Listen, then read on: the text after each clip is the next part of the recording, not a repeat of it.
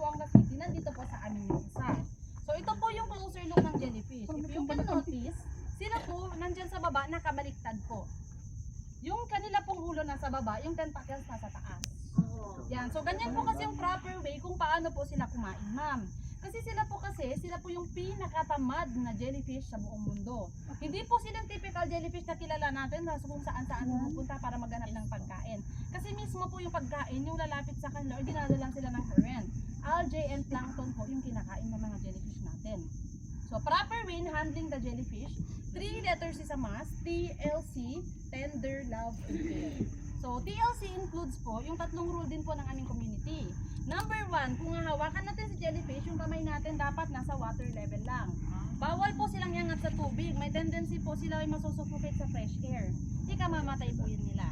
Yan. So kung gusto niyo pong tinan yung kanyang kabila or side view, wag naman po natin itulong tayo ng pancake. Ibaliktad. TLC pa rin po. By the way, this is the head. It has bell shape. Ito lang po yung gawin. Let go muna. Grab from the top and turn. So hindi po natin sila nasasaktan. Lastly, if you were using lotion, sunscreen, or any chemicals po, pwedeng makakontaminate sa jellyfish, please kindly refrain. Hugas lang po ng kamay natin para ma-remove yung mga chemicals. May tendency po na aside from makakontaminate, sila po kasi masasanay sa lotion. Hindi po namin ma-afford. Okay? Yeah. So everyone will be guided.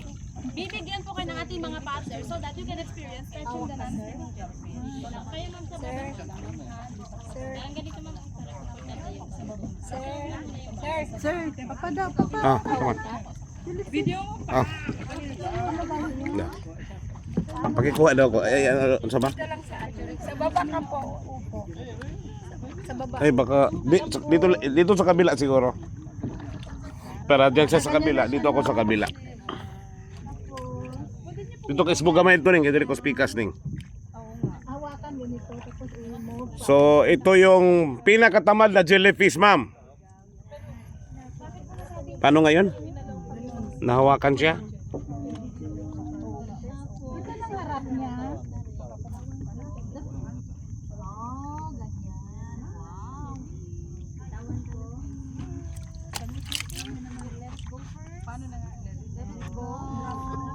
Let's go. Saan ba nahawakan? Sa may ano? Diyan lang sa ulo. Katawan niya. Ito yung katawan niya hawakan. Dapat naka ano siya, naka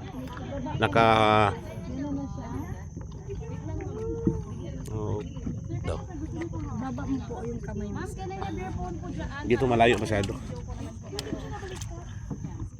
Ako ba? Picturean dire ka pa pa. Saka maano nga.